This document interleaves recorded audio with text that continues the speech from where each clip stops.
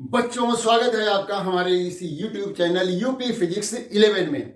जैसा कि आप लोगों ने देखा कि हमने बर्नौली थ्योरम को समझाने की कोशिश की थी और निश्चित रूप से आपको उसका प्रूफ भी आ गया होगा और प्रैक्टिस कर ली होगी। उस थ्योरम के अनुसार, उस प्रमेय के अनुसार हमें पता लगा कि जब कोई आदर्श द्रव धारा रेखीय प्रवाह में होता है तो उसके प्रत्येक बिंदु पर प्रति एकांक आयतन की कुल ऊर्जा नियत रहती है। अब हम आज उसी बर्नौली प्रमेय पर आधारित कुछ अनुप्रयोग समझेंगे। इनको परीक्षा में अलग से पूछा जा सकता है और जो है कुछ चीजें काफी इंपॉर्टेंट भी हैं, और जब थ्योरम हमने समझ ली है तो उसका अनुप्रयोग भी हमें आना ही चाहिए। तो आइए, सबसे पहला प्रयोग इसका होता है, एक यंत्र है जिसको हम वेंचुरी मीटर कहते हैं। तो वेंचुरी मीटर एक तरह का समझो वाटर मीटर है। इससे हम किसी पाइप से बहने वाले जल की दर ज्ञात कर सकते हैं कि किसी घर में कितना पानी कंज्यूम हो रहा है। तो उसका आयतन हम ज्ञात कर सकते हैं कि प्रति सेकंड कितना जल यहाँ पर इस नल के थ्रू बह रहा है। तो आइए समझते हैं कि ये वेंचुरी मीटर कैसे काम करता है और इसमें गणना द्वारा किस प्रकार से हम जो है बहने वाले जल का आयतन ज्ञात कर लेंगे। बहुत ही आसान है। तो ये वेंचुरी मीटर, यह बर्नौली प्रमेय पर आधारित एक ऐसी युक्ति है जिसका प्रयोग किसी नली से जल के बहने की दर ज्ञात कर सकते हैं। इसमें एक नली XY होती है। देखिए, ये हमने चित्र बना रखा है, ये XY नली है। XY नली में बीच का भाग Z भाग जो बनाया गया है, ये Z, ये X और Y सिरों की अपेक्षा कुछ पतला है, संकीर्ण है, और X तथा Z भाग यानी मोटे वाले भाग और पतले वाले भाग में दो ऊर्ध्वाधर नलियां ये जोड़ दी गई हैं, पतली नली जोड़ दी गई हैं। एक चौड़े भाग में जोड़ी गई है, एक पतले भाग में जोड़ी गई है। अब जब नली इस XY से जल प्रवाहित होगा तो क्या होगा कि क्योंकि बीच में यह पतली है तो पतले भाग में क्या होगा कि जल का वेग अधिक होगा इस चौड़े वाले भाग की तुलना में। ऐसा होने पर यहां वेग अधिक है, यहां वेग कम है, यानी V2 का मान V1 से अधिक है। यहां पर V1 वेग से जल प्रवाहित हो रहा है, यहां पर पतले भाग में V2 वेग से जल प्रवाहित हो रहा है, तो V2 का मान V1 से अधिक होगा। ऐसा होने पर हमें मालूम है कि बर्नौली प्रमेय से हमें यह पता है कि जहां पर वेग अधिक हो जाता है वहां पर दाब कम हो जाता है। भाई P1 या P प्लस हाफ रो V स्क्वायर बराबर होता है नियतांक। ये हमने पढ़ा, ये क्षैतिज नली है। अब यहां पर यदि जल का वेग अधिक हो गया है इस सिरे की अपेक्षा, X सिरे की अपेक्षा, तो क्या होगा कि ये जो दाब है यहां पर वो कम हो जाएगा, क्योंकि इस सिरे पर और इस भाग में प्रवाहित होने वाले जल की प्रति एकांक आयतन की सभी ऊर्जाओं का योग नियत रहता है। उस आधार पर ये निकाला गया है। ये दाब ऊर्जा है, ये गतिज ऊर्जा है, तो इनका योग जब नियत रहेगा और यहां पर हमने वेग बढ़ गया है, क्योंकि पतला लेने से वेग बढ़ गया है, बीच का भाग पतला है, तो वेग बढ़ जाने से क्या होगा, यहां पर दाब कम हो जाएगा।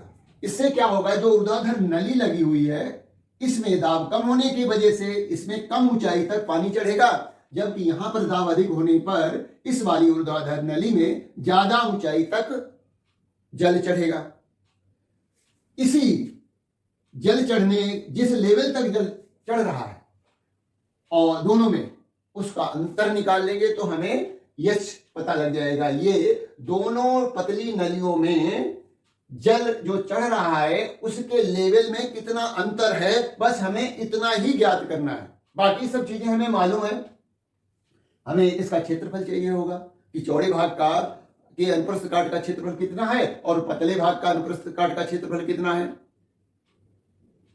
तो इससे हम आसानी से इस नली से, इस वेंचुरीमीटर से बहने वाले जल की दर ज्ञात कर पाएंगे। तो यहां पर लिखा हुआ नली XY से जल बहता है, तो नली के भाग X की अपेक्षा भाग Z में जल का वेग अधिक होता है। सामान्य सी बात है, जब पाइप पतला कर देंगे तो वहां पर वेग बढ़ जाएगा। भाग Z पर दाब का मान X से कम रहता है, ये हम बर्नौली प्रमेय से जानते हैं। यदि जब वेग बढ़ जाएगा तो दाब का मान घट जाएगा, क्योंकि दाब ऊर्जा और ये गतिज ऊर्जा का मान नियत रहना चाहिए पूरे पाइप में। इस दाबांतर को ऊर्ध्वाधर नलियों द्वारा नाप कर नली में बहने वाले जल की दर ज्ञात कर सकते हैं। इसमें गणना क्या होती है, कैसे कैलकुलेट किया जाता है बहने वाले जल की दर, इसको आइए देख लेते हैं कैसे काम करता है। ये बात क्लियर हो गई होगी। बस हमें इन नलियों में जो चढ़े हुए द्रव के तलों में जो अंतर है, यानी वही ऊंचाई हम ज्ञात कर लें। ये यहां तक इसमें चढ़ रहा है, इसमें यहां तक चढ़ रहा है, तो ये इतना कम यहां पर चढ़ रहा है इस बीच में जो ऊर्ध्वाधर नली लगाई गई है उसमें। तो बस ये H हम नाप लेंगे और बस इसकी सहायता से हम बहने वाले जल की दर ज्ञात कर सकते हैं। तो गणना कैसे करते हैं उसको देखते हैं। तो हमें माना सिरे X पर नली का अनुप्रस्थ काट का क्षेत्रफल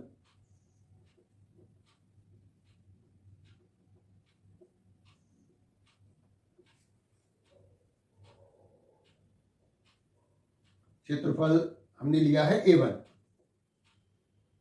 तथा जल का वेग V1 है। यहां पर नली के भाग Z यहां पर में अनुप्रस्थ काट का क्षेत्रफल जो है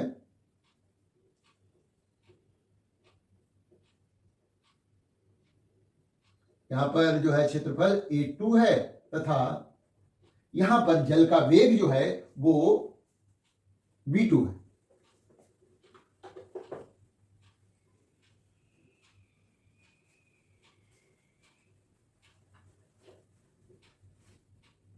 चित्र समझ में आ गया होगा। अब इसको भी मिटा देते हैं तथा वेग जो है V2 है और ये हमें मालूम है कि V2 का मान V1 से बड़ा भी होगा। अतः धारा रेखी प्रवाह में अविरत धारा रेखी प्रवाह में प्रवाह की अविरत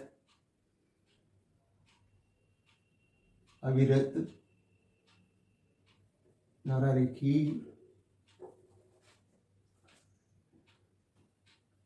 अविरत प्रवाह की समीकरण से A1 V1 बराबर होता है A2 V2। ये समीकरण सातत्य समीकरण भी, इक्वेशन ऑफ कंटिन्यूटी भी इसको कहते हैं। तो इससे हम A1 बटे A2 बराबर V2 बटे V1 ले सकते हैं बर्नौली प्रमेय से।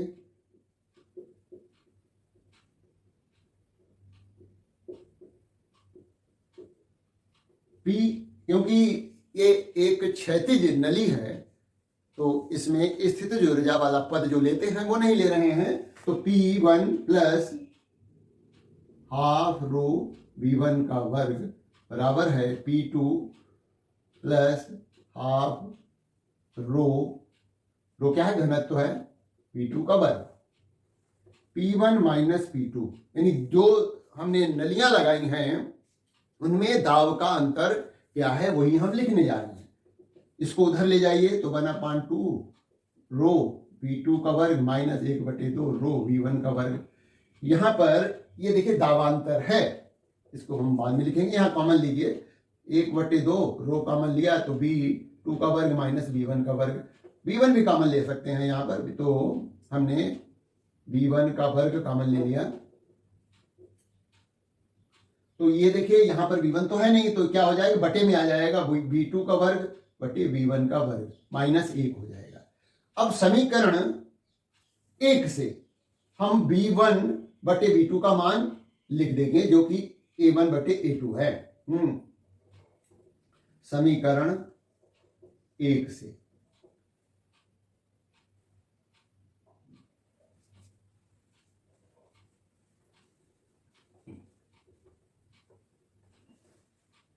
P1 माइनस P2 बराबर हो जाएगा 1/2 रो V1 का वर्ग, और यहां पर आ जाएगा, ये वर्ग है यहां पर, तो ये इसका भी वर्ग हो जाएगा A1 बटे A2, और इसका वर्ग भी लगा देंगे, A1 वर्ग बटे A2 वर्ग माइनस 1।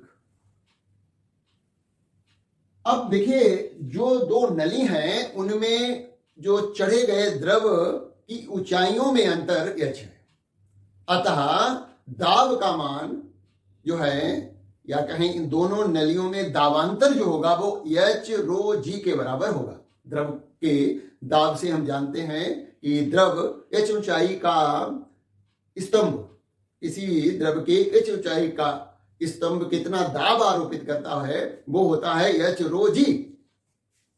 क्योंकि हमने चित्र में जो बनाया था वहां दिखाया था कि जो चौड़े भाग में नली लगी है, जो पतले भाग में नली लगी है, उसमें चढ़े गए द्रवों के तलों में अंतर जो था ऊंचाई में वो H था। तो दाब दोनों नलियों में दाबांतर जो होगा वो H रो G होगा। तो ये हो जाएगा H रो G। ये घनत्व है, जल का घनत्व है, G गुरुत्वीय त्वरण है, और ये हो जाएगा A1 का वर्ग माइनस A2 का वर्ग बटे A2 का वर्ग। अब देखिए ये जो घनत्व वाला पद है वो कट जाएगा,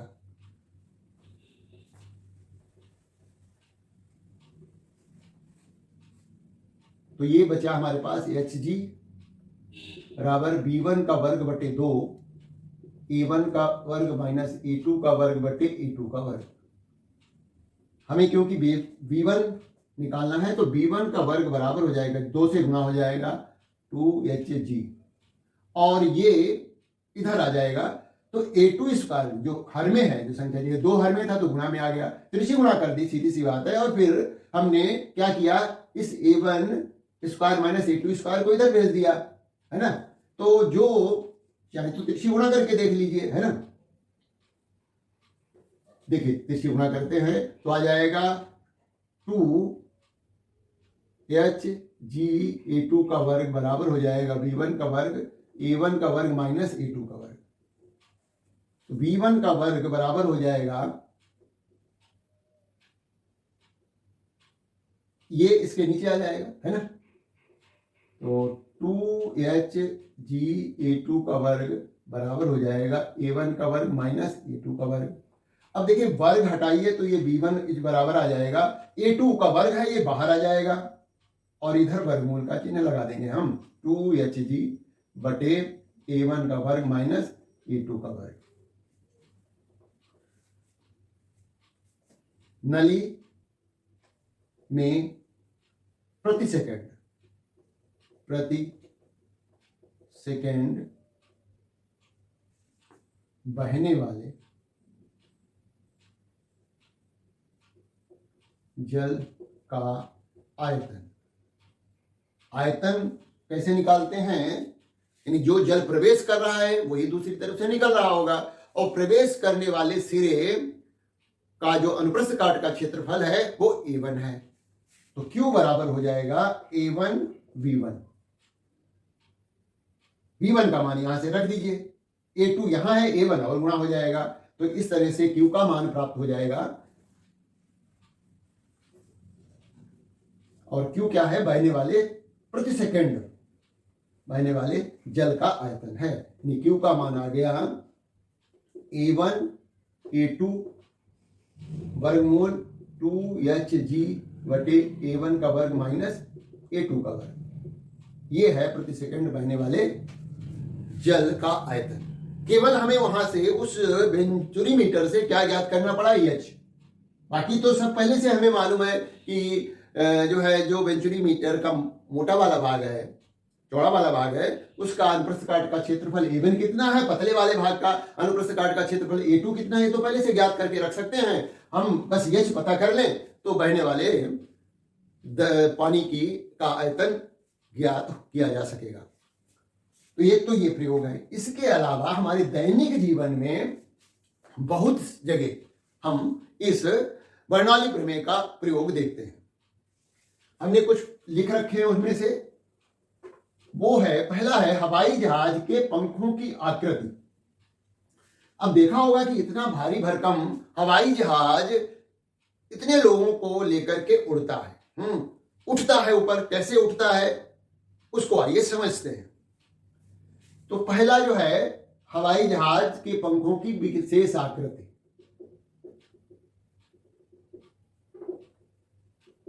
कि पंखों की विशेष आकृति होती है।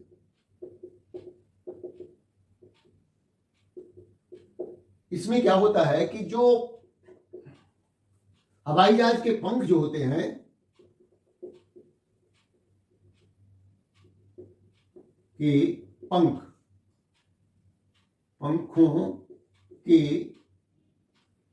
पंखों के ऊपरी भाग की वक्रता त्रिज्या जो है, या ऊपरी भाग अधिक वक्र होता है। हवाई जहाज के पंखों का ऊपरी भाग नीचे वाले भाग से अधिक वक्र होता है। मतलब ये जैसे हवाई जहाज का पंख है, ये तो हमें चित्र में ये दिखाना है कि ये अधिक वक्र है ऊपर से, और ये आगे की तरफ थोड़ा गोल है, और ये देखिए फ्लैट है लगभग, है ना। इस तरह का हवाई जहाज का पंख होता है। ऊपर अधिक वक्र है, नीचे उतना वक्र नहीं है। तो और आगे से ये जो है गोलाकार है। जब ये हवाई जहाज गति करता है, दौड़ता है रनवे पर, तो पंख के ऊपर से वायु प्रवाहित होती है। इस तरह से वायु जा रही होती है, ऊपर नीचे से दोनों तरफ से वायु प्रवाहित होती है। चूंकि ऊपरी भाग अधिक वक्र है, इसलिए यहां पर प्रवाहित होने वाली वायु का वेग नीचे की अपेक्षा अधिक होगा। तो नंबर 2 में हम क्या लिखेंगे? हवाई जहाज के रनवे पर दौड़ने से पंखों के ऊपर तथा नीचे वायु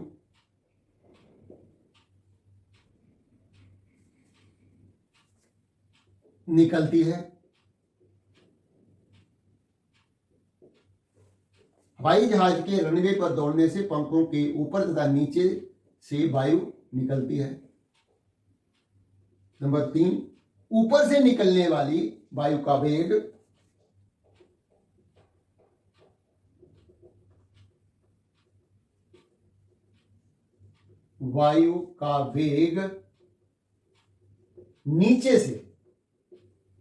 नीचे से निकलने वाली वायु की अपेक्षा अधिक होता है। ऊपर वेग अधिक है, नीचे वेग कम है। और बर्नौली प्रमेय से हम जानते हैं यदि वेग बढ़ जाएगा तो वहां दाब कम हो जाएगा, है ना। तो इसका मतलब है कि ऊपर दाब जो है कम हो गया है, ऊपर तेजी से वायु गुजर रही है, इसलिए ऊपरी भाग में, पंख के ऊपरी भाग में दाब कम हो गया, नीचे से बढ़ गया है। तो इस दाब अंतर के कारण जो है उस हवाई जहाज पर एक प्रभावी बल ऊपर की तरफ लगता है। अतः बर्नौली प्रमेय के अनुसार पंखों के ऊपर का दाब नीचे की अपेक्षा कम होता है। ऊपर कम है, नीचे ज्यादा है।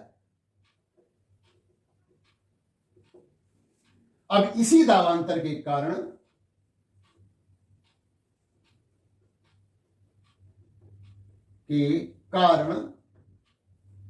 हवाई जहाज पर ऊपर की ओर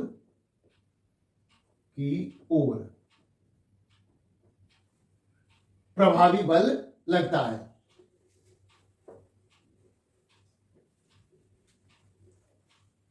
इसी दाबांतर के कारण हवाई जहाज पर ऊपर की ओर एक प्रभावी बल लगता है, जिससे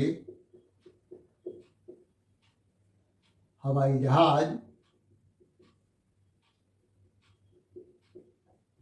ऊपर उठ जाता है। तो बर्नौली प्रमेय से हम आसानी से बता सकते हैं और फिर बाद में इसको एडजस्ट कर लिया जाता है। पंखों की स्थिति एडजस्ट करके जो ड्राइवर होता है, जो पायलट होता है, वो हवाई जहाज को एक लेवल में रखता है।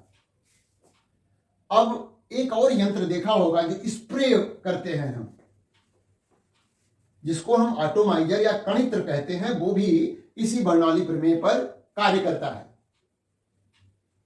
स्प्रे वाली जो मशीन होती है उसका चित्र बनाते हैं। देखिए, जो दूसरा हम ले रहे हैं कणित्र, एटोमाइजर। देखिए, ये है मान लिया उसका बैलून, यहां पर जो मान लिया वो स्प्रेयर भरा हुआ है जिसको हमें स्प्रे करना है।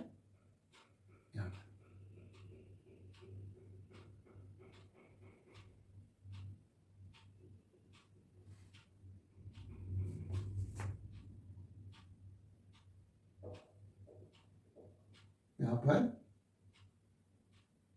ये है। जब हम इसको दबाएंगे तो जो इसके अंदर हवा भरी है वो तेजी से यहां से गुजरेगी ऐसे। तो क्या होगा कि यहां पर इस बिंदु पर दाब कम हो जाएगा, है ना। जब तेजी से हवा बाहर निकलेगी तो इस पतली नली के ऊपरी भाग पर दाब कम हो जाएगा सामान्य की अपेक्षा, जिससे कि ये जो द्रव भरा हुआ है वो इसमें ऊपर चढ़ जाएगा। और जब दोबारा हम प्रेस करेंगे तो वो द्रव जो ऊपर चढ़ा हुआ है वो इस वायु के प्रवाह के साथ बाहर निकलेगा और स्प्रे होगा। तो इसको समझ लें, एक कणित्र स्प्रेयर कैसे काम करता है यहां पर चित्र द्वारा समझाया गया है। ये बैलून लगा हुआ है इसको दबाएंगे तो इसमें भरी हुई वायु बाहर निकलेगी तेजी से, जो कि इस नली जिसका संबंध जो है उस स्प्रे करने वाली बोतल से है, जिसमें कि वो पदार्थ भरा हुआ है जिसका हमें स्प्रे करना है। तो जब यहां पर वेग बढ़ जाएगा इस नली के ऊपरी भाग पर, तो हमें बर्नौली के प्रमेय से, बर्नौली प्रमेय का जिक्र जरूर करना है कि बर्नौली प्रमेय से हमें मालूम है कि वेग बढ़ जाने से दाब घट जाता है, क्योंकि P plus half rho b square बराबर होता है नियतांक। ये बता दीजिए कि गणित किस तरह से काम करता है। तो जब वेग बढ़ गया तो क्या होगा, दाब घट जाएगा। ये बढ़ गया तो ये घट जाएगा, और जिसके कारण ये द्रव यहां पर ऊपर आ जाएगा, इसके मुंह पर, नली के मुहाने पर आ जाएगा, और जब दोबारा वायु तेजी से निकलेगी तो वो द्रव इस से बाहर स्प्रे के रूप में निकलेगा। तो बर्नौली प्रमेय का जिक्र करते हुए बताइए कि किस तरह से यहां पर दाब कम होता है, जिससे कि ये जो द्रव है वो ऊपर चढ़ता है और फिर वायु के झोंके के साथ बाहर निकलता है। अच्छा, और गर्मियों में देखा होगा जब आंधी आती है तो टिन शेड जो होते हैं, यदि मजबूती के साथ नहीं बंधे हैं तो वो उड़ जाते हैं। इसका भी बर्नौली प्रमेय से हम व्याख्या कर सकते हैं। आंधी में टिनों का उड़ना।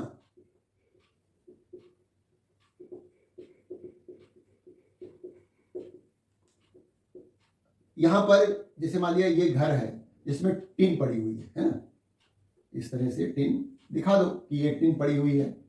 अब ये टिन शेड है,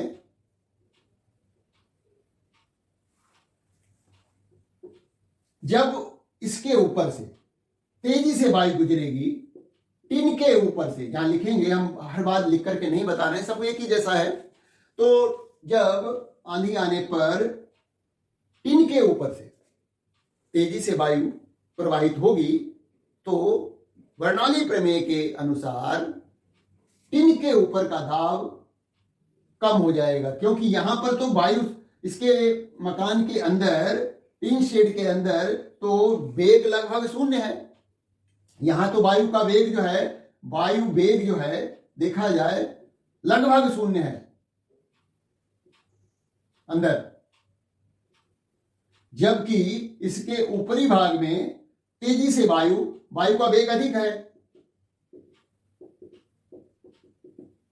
जब वायु का वेग ऊपर टिन के अधिक होगा तो फिर से वही जिक्र करेंगे इस समीकरण का कि वेग अधिक होने के कारण ऊपरी भाग में दाब जो होगा वो कम हो जाएगा। यहां दाब जो होगा वो कम हो जाएगा, और जबकि यहां वेग शून्य होने के कारण जो दाब होगा वो अधिक लग रहा होगा। मतलब इधर से दाब जो है ऊपर की अपेक्षा ज्यादा होगा, ऊपर दाब कम होगा। तो टिन के ऊपर भाग से, ऊपरी भाग से जब हवा तेजी से गुजरती है तो बर्नौली प्रमेय के अनुसार टिन के ऊपरी भाग में निचले भाग की अपेक्षा दाब कम हो जाता है, जिससे कि टिन पर प्रभावी ऊपर की ओर एक बल लगता है और टिन शेड उड़ जाते हैं। तो वायु अधिक वेग से गुजरने के कारण टिन के ऊपरी भाग पर दाब का मान घट गया है, जबकि नीचे टिन शेड के नीचे वेग, वायु का वेग लगभग शून्य है। तो इधर दाब अधिक है, ऊपर दाब कम है। तो इसी दाबांतर के कारण टिन पर ऊपर की ओर एक बल लगेगा, जिससे कि टिन शेड यदि मजबूती के साथ नहीं बना है तो वो उड़ जाएगा। एक और बहुत ही दैनिक जीवन से संबंधित घटना होती है। वो लिखा है कि तेज गति करती रेलगाड़ी के समीप खड़ा होना खतरनाक होता है। जब कोई रेलगाड़ी तेजी से गुजर रही होती है,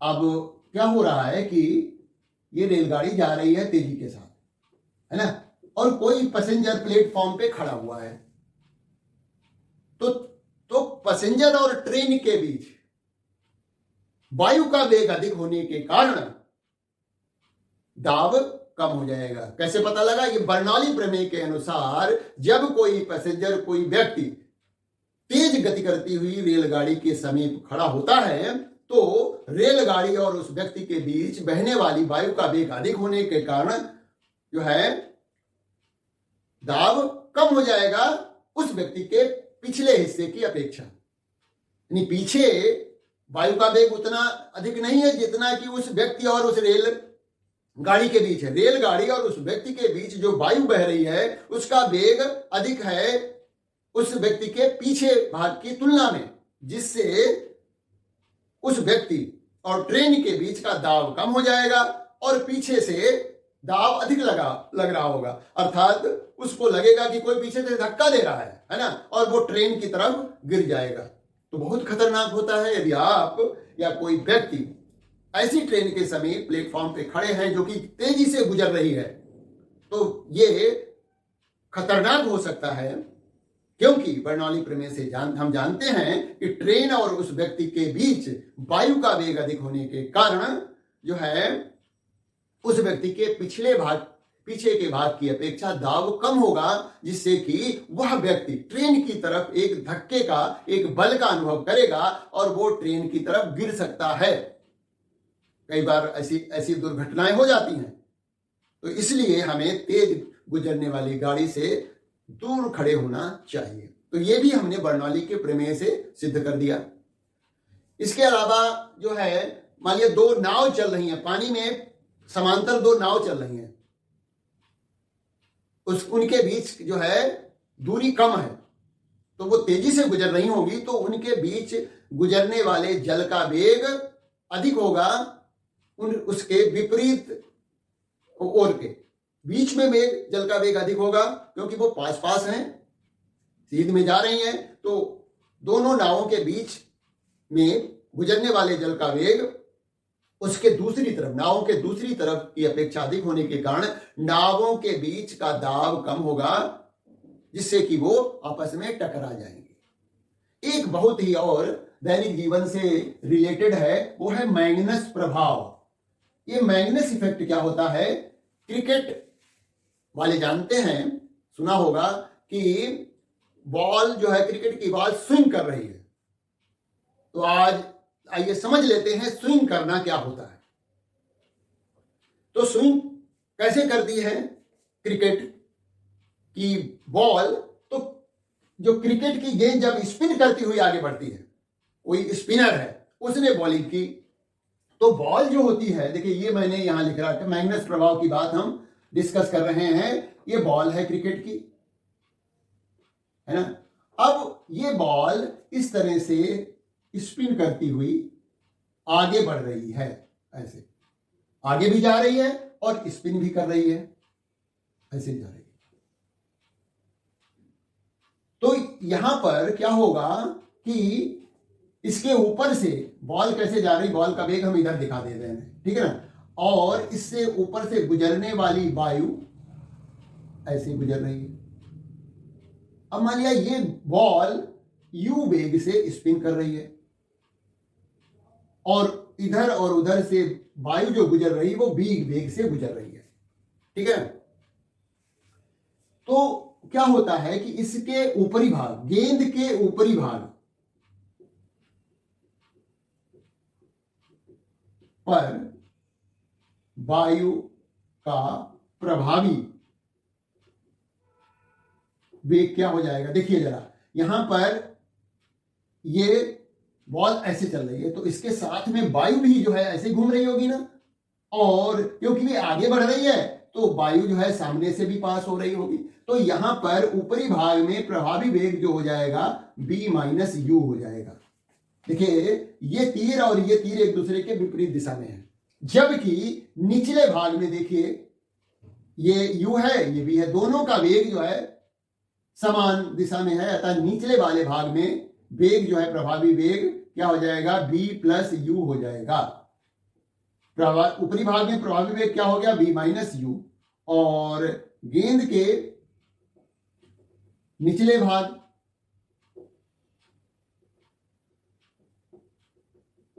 में वायु का प्रभावी वेग जो है वो हो जाएगा b प्लस यू। अतः बर्नौली प्रमेय से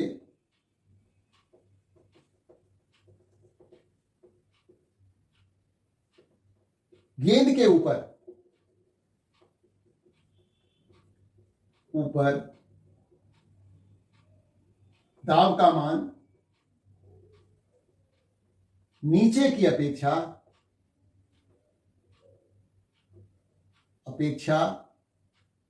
अधिक होगा। भाई ऊपर क्या है, ऊपर वेग, गेंद के ऊपर वेग कम है और नीचे वेग अधिक है। जिस तरफ वेग अधिक होता है बर्नौली प्रमेय से P plus half rho b का वर्ग, वेग अधिक होगा तो दाब कम हो जाएगा। यहां दाब कम है, इधर दाब अधिक है। यहां पर गेंद के ऊपरी भाग में दाब का मान जो है वो अधिक है, क्योंकि वेग कम है। वेग कम होगा तो दाब का मान अधिक होगा, तो इसका मान नियतांक रहना है, नियत रहना है। तो गेंद के ऊपरी भाग में वेग कम होने से यहां पर जो दाब होगा वो अधिक होगा, और यहां पर दाब जो होगा वो कम होगा, जिसके कारण इधर ऊपर दाब अधिक, नीचे दाब कम। तो ये गेंद क्या होगी, लगातार नीचे की तरफ इस तरह से गति करेगी, सीधी गति न करके इस तरह से स्विंग हो जाएगी, और जो है जो बल्लेबाज है वो चकरा जाएगा कि गेंद तो सीधी आ रही थी, ये कैसे एकदम से अपना रास्ता बदल ले रही है। तो यही बात यहां पर बताई गई है। क्रिकेट की गेंद जब स्पिन करती हुई आगे बढ़ती है तो यह वायु में एक सरल रेखा में न रह करके वक्राकार पथ पर चलती है, इसे गेंद का स्विंग होना कहते हैं। तो निश्चित रूप से आपके समझ में आ गई होगी, क्योंकि गेंद इस तरह से स्पिन करती हुई आगे बढ़ रही है। तो ऊपरी भाग में प्रभावी वेग जो वायु का हो गया वो B माइनस यू हो गया, मतलब कम हो गया, जबकि निचले वाले भाग में वायु का प्रभावी वेग जो है B प्लस यू हो गया, जिससे कि गेंद पर प्रभावी नीचे की तरफ एक बल लगा और गेंद सीधी न जाकर के नीचे की तरफ स्विंग कर गई, और जिससे कि बल्लेबाज चकरा गया। तो इस घटना को हम मैग्नस प्रभाव कहते हैं। तो ये कुछ हमने जो है बर्नौली प्रमेय के उपयोग या कहें अनुप्रयोग समझे। अब हम जो है दो छोटे छोटे प्रश्न न्यूमेरिकल डिस्कस करेंगे, जो कि बहुत ही बेसिक क्वेश्चन है। इस तरह के क्वेश्चन अक्सर परीक्षा में पूछ लिए जाते हैं और जो कि आपको आने ही चाहिए। देखिए मैंने प्रश्न लिख रखे हैं। एक असमान परिच्छेद की नली में द्रव बह रहा है। एक स्थान पर नली की त्रिज्या जो है वो 0.5 सेंटीमीटर तथा वेग 25 सेंटीमीटर पर सेकंड है। एक अन्य स्थान जहां पर द्रव का वेग 4 सेंटीमीटर पर सेकंड है, वहां पर नली की त्रिज्या ज्ञात करो। तो एक जगह पर जो है यहां पर 25 है, यहां पर 4 है, यानी वेग जो है क्या हो गया, घट गया है, 25 से 4 हो गया है, 4 सेंटीमीटर पर सेकंड। तो इसका मतलब नली एक का जो अनुप्रस्थ काट का क्षेत्रफल है वो एक समान नहीं है। तो हम यहां पर वही जो है द्रव के बहाव का अविरत समीकरण लगाएंगे और उसके आधार पर हम निकाल लेंगे। देखिए प्रश्न 1 को हल कर रहे हैं हम। तो A1 B1 बराबर होता है A2 B2। अब जो अनुप्रस्थ काट का क्षेत्रफल होता है वो पाई आर स्क्वायर होता है ना। तो ये हो जाएगा पाई R1 का वर्ग इंटू B1 बराबर हो जाएगा पाई R2 का वर्ग इंटू B2, है ना। पाई पाई कट जाएगा। R1 का वर्ग, पहले जो त्रिज्या है वो 0.5 सेंटीमीटर है, तो 0.5 इंटू 0.5, वेग जो है वो 25 है। यहां पर क्योंकि दोनों तरफ लेफ्ट बाईं तरफ दाहिनी तरफ दोनों सेंटीमीटर में मान दिए गए हैं, तो इसको बदलने की जरूरत नहीं है। R2 तो हमें पता ही करना है, तो R2 का वर्ग, और B2 जो है वो 4 सेंटीमीटर है। अब R2 का वर्ग बराबर हो जाएगा, 4 को इधर भेज दीजिए, तो ये गुणा करेंगे तो ये हो जाएगा 25 से 125, दशमलव लगा दिए बटे 4, तो R2 बराबर हो जाएगा वर्गमूल 625 बटे 4। तो ये हो जाएगा 625, 6.25 है वैसे तो इसका वर्गमूल हो जाएगा 2.5, नीचे का 2, तो ये हो गया 1.25 सेंटीमीटर। तो इस तरह से हमने जो है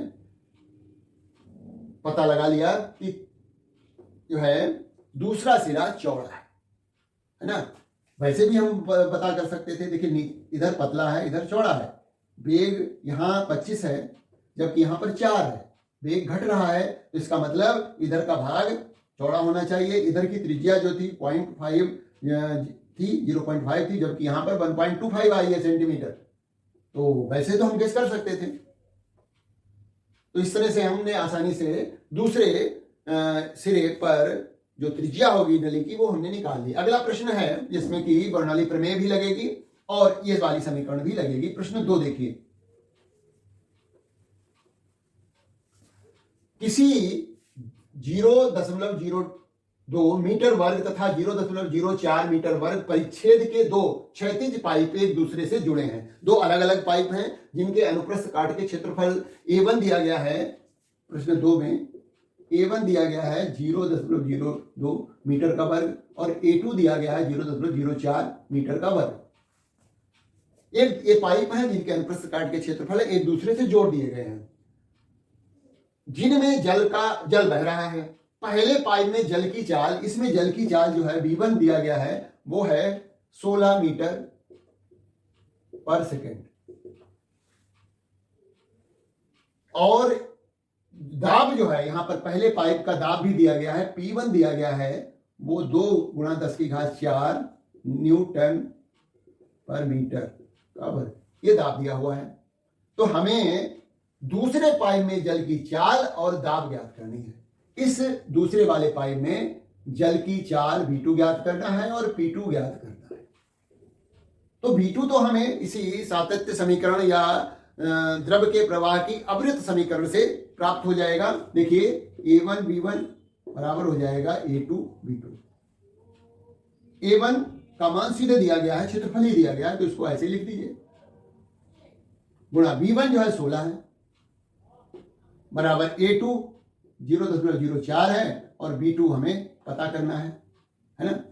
अब ये क्षेत्रफल दिए गए थे तो B2 बराबर हो जाएगा 0.02 × 16 बटे 0.04, दशमलव हट जाएंगे ये, 4 चौके 16, तो B2 बराबर आ गया 8 मीटर पर सेकेंड। जब हमें वेग प्राप्त हो गया तो हम बर्नौली प्रमेय से दूसरे वाले पाइप में दाब की गणना आसानी से कर सकते हैं। क्षैतिज पाइप हैं तो समीकरण लगाएंगे P1 प्लस हाफ रो V1 का वर्ग बराबर हो जाएगा P2 प्लस हाफ रो V2 का वर्ग। सभी के मान रख देंगे और हमें P2 ज्ञात करना है, ठीक है ना। P1 का मान दिया गया है 2 × 10⁴ प्लस 1/2। जल का घनत्व 1000 किलोग्राम पर मीटर क्यूब होता है तो यहां पर 1000 लिख दीजिए। और ये V1 का वर्ग जो है, V1 का वर्ग ये दिया हुआ है 16 × 16 बराबर हो जाएगा आपका P2 तो निकालना ही है, प्लस 1/2 × 1000 गुणा B2 का मान हमें प्राप्त हो गया है जो कि 8 है, तो 8 × 8 हो गया। कुछ इसको हल कर लीजिए, 2 8 16 और 2 चौके 8। तो देखिए यहां पर हम इसको क्या लिख सकते हैं, 2 के आगे 4 जीरो लगा दीजिए, प्लस ये क्या हो जाएगा 16 8 128 3 जीरो लगाए बराबर हो गया P2 प्लस और 8 चौके 32,000। P2 पता करना है तो इनको सबको इधर भेज दीजिए। इसमें ये जुड़ जाएगा 20,000 है ना, ये जुड़ जाएगा तो इन दोनों को जोड़ करके कितना आ जाएगा 0 0 0 और ये 8 आएगा, 2 2 4 हो जाएगा ये, और इसको इधर भेज दीजिए -32,000 बराबर हो गया P2 के। तो जब हम इसमें से इसको घटाएंगे तो 1 1 6 और 3 जीरो लग जाएंगे है ना, 32 यहाँ पर आएगा ना, तो ये 3 जीरो लग जाएंगे बराबर हो जाएगा P2 के। तो इसको हम ऐसे लिखा रहने दें 116,000 न्यूटन पर मीटर का वर्ग, या फिर इसको ऐसे लिख दें 1.16 × 10⁻⁴ कितना 1 2 3 4 5 न्यूटन पर मीटर का वर्ग। तो ये दूसरे पाइप में दाब का मान ज्ञात हो जाए। इस तरह से जो सीधे फार्मूला बेस्ड जो है क्वेश्चन इसमें से बन जाएंगे। एक दो जो है प्रश्नों की प्रैक्टिस कर लेंगे तो ऐसा कोई क्वेश्चन नहीं होगा जो हल न कर सके। मान लिया ऐसा कोई प्रश्न स्टोक के नियम पर है। स्टोक के नियम F बराबर 6 पाई ईटा आर वी है। स्टोक के नियम के अनुसार इस सूत्र पर भी प्रश्न पूछे जा सकते हैं। यदि मान लिया कोई छोटी गोली है जिसकी त्रिज्या दी गई है हमें और किसी द्रव में गिर रही है, उसका वेग मालूम है, और जिस द्रव में गिर रही है उसका जो है श्यानता गुणांक ईटा का मान मालूम है, तो इसमें पूरा मान रख करके हम उस गेंद पर, उस बॉल पर जो है लगने वाले श्यान बल का मान ज्ञात कर सकते हैं। बस यहां पर ध्यान हमें यह रखना है कि जो मान रखने हैं ईटा आर वी, उनके जो मात्रक हैं वो उचित होने चाहिए। मतलब या तो वो एसआई मात्रक हैं या यम के एस मात्रक हैं, तो उसी के आधार पर जो है मान आएगा। नहीं तो एसआई मात्रक में रखिए तो बल का मान न्यूटन में ज्ञात हो जाएगा। तो इस तरह से मेरी समझ से आज की बातें बिल्कुल समझ में आई होंगी और इंटरेस्टिंग भी थी, क्योंकि ये हमारे दैनिक जीवन से जुड़ी घटनाएं हैं जिनका कि हमने बर्नौली प्रमेय के आधार पर जो है समझाने की कोशिश की, और मुझे उम्मीद है कि बिल्कुल समझ में आया होगा। और चैनल को सब्सक्राइब करिए और अपने दोस्तों में शेयर करिए। Thank you for watching this video.